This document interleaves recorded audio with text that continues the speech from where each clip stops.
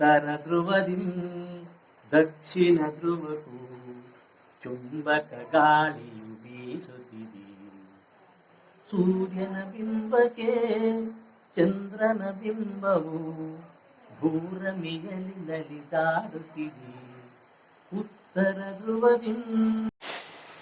ಅಲೆಲೆಲೆ ಭಾವ, ಭಾರಿ ಖುಷಿಲಿ ಪದ್ಯ ಹೇಳ್ತಾ ಇದ್ಯಲ್ಲೋ.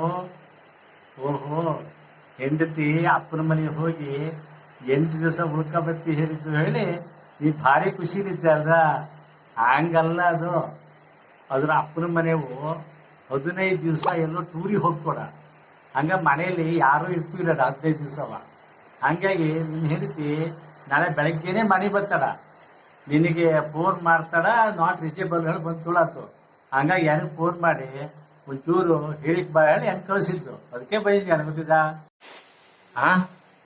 ಹೌದಣ್ಣ?